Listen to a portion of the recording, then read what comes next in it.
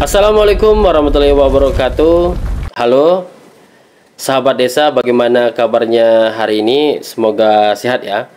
Semoga selalu sehat dan semangat dalam membangun desa yang lebih maju. Membangun desa bukan hanya sekedar wacana, tapi harus terencana. Indonesia memiliki lebih dari 74.000 desa yang menjadi fondasi utama bagi pembangunan nasional.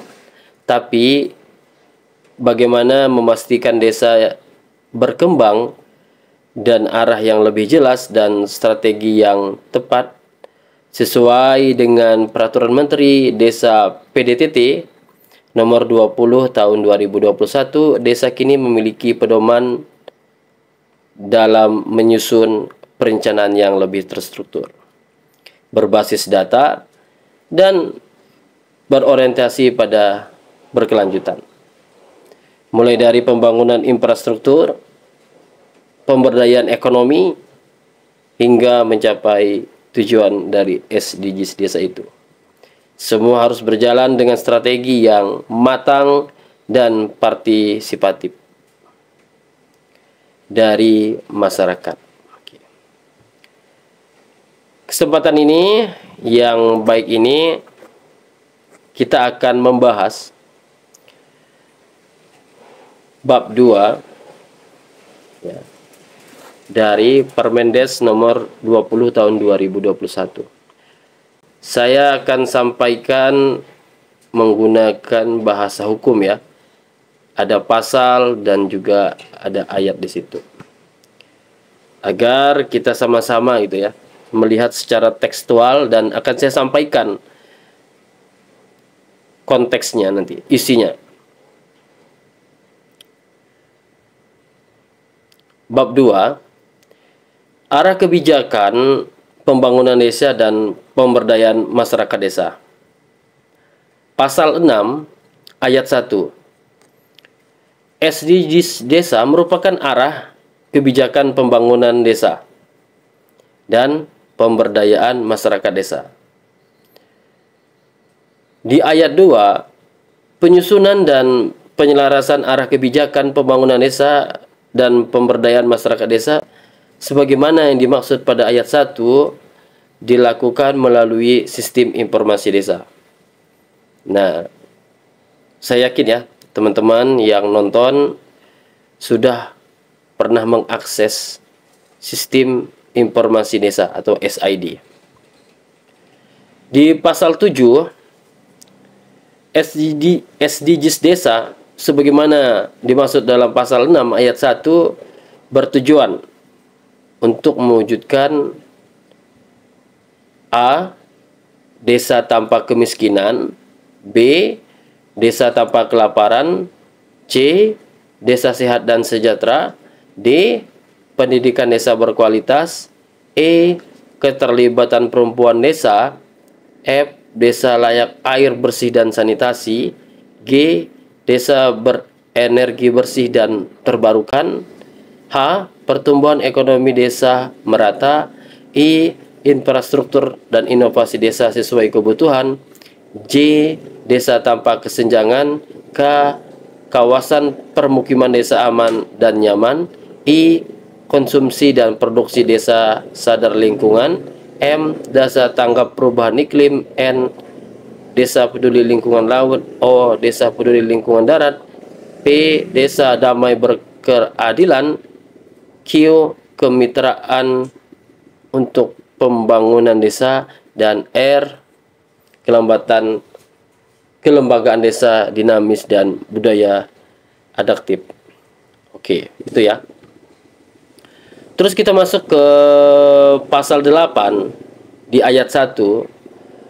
Tujuan SDGs desa sebagaimana dimaksud dalam pasal 7 diprioritaskan berdasarkan kondisi objektif ya, yang tergambarkan pada sistem informasi desa.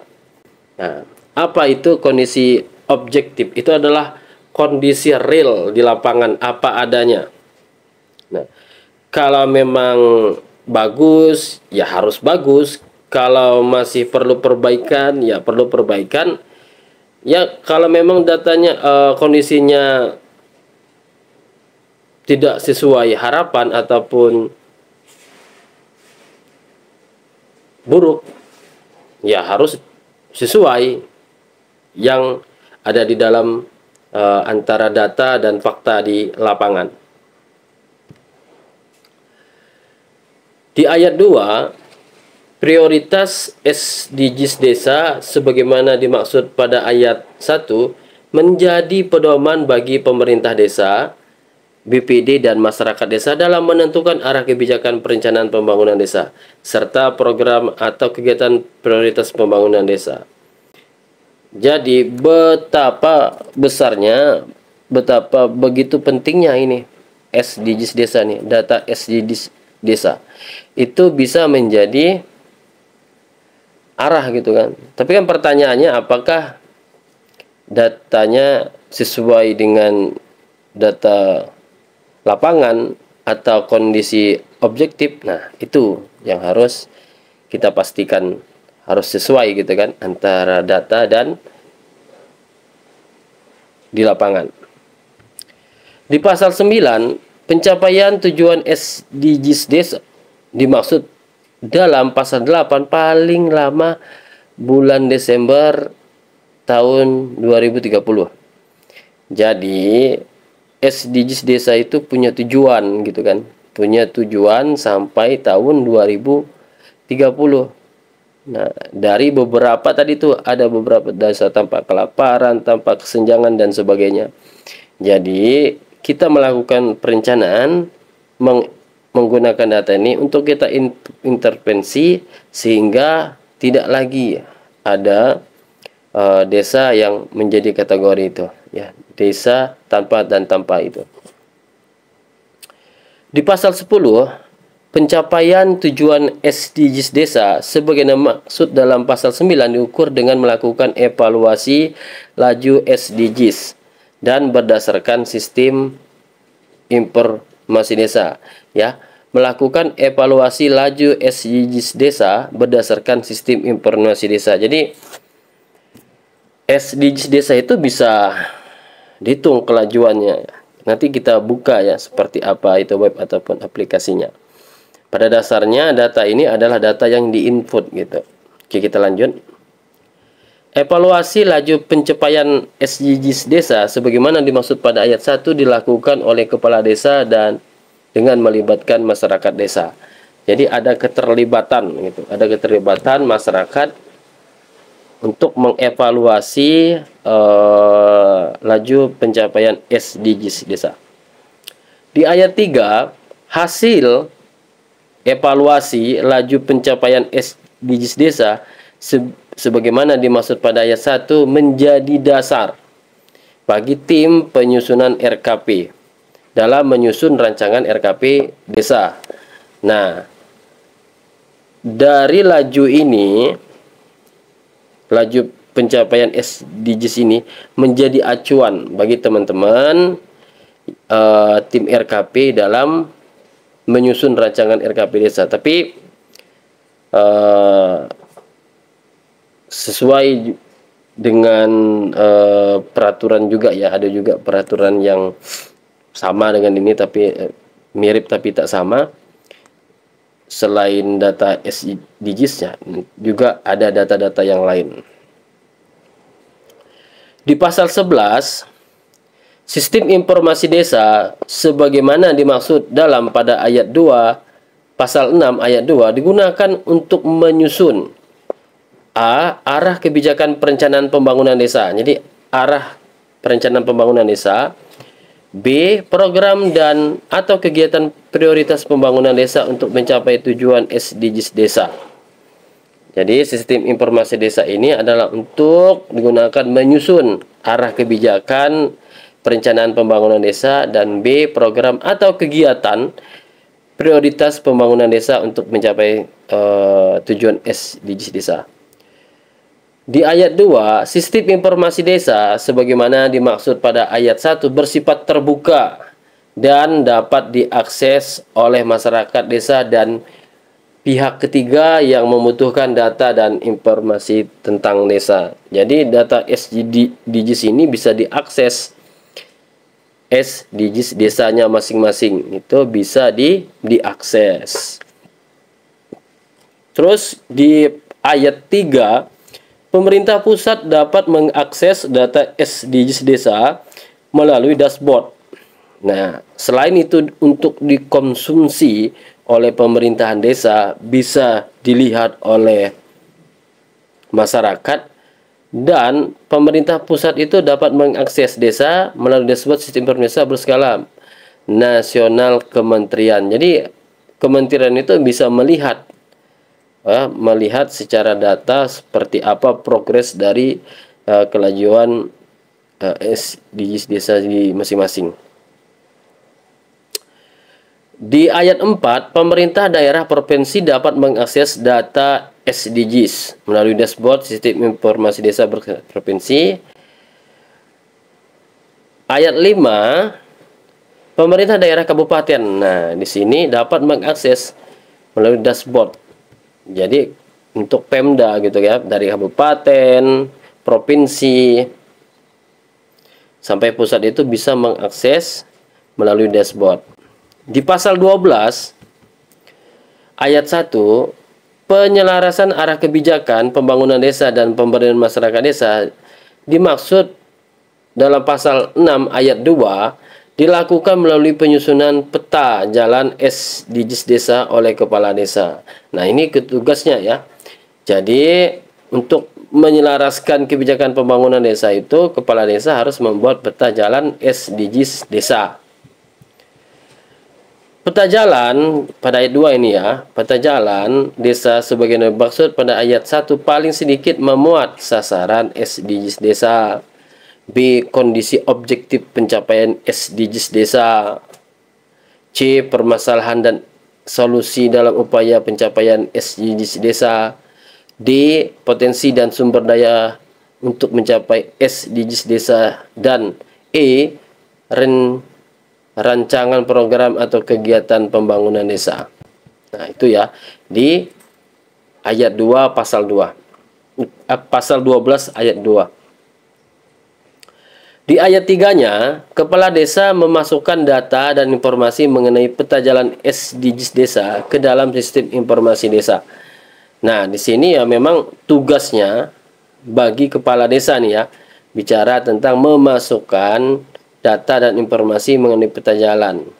4. Peta jalan SDGs desa dalam sistem informasi desa termuat dalam dashboard SDGs desa di kabupaten kota digunakan untuk merumuskan, di ini ya fungsinya, merumuskan program atau kegiatan pembangunan daerah kabupaten untuk difokuskan pada upaya mewujudkan SDGs desa. Itu.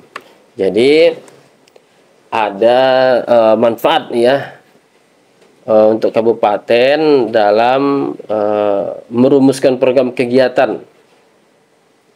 Terus di ayat 5, peta jalan SDGs desa dalam sistem informasi desa termuat dalam dashboard SDGs. Jadi ditampilkan di situ.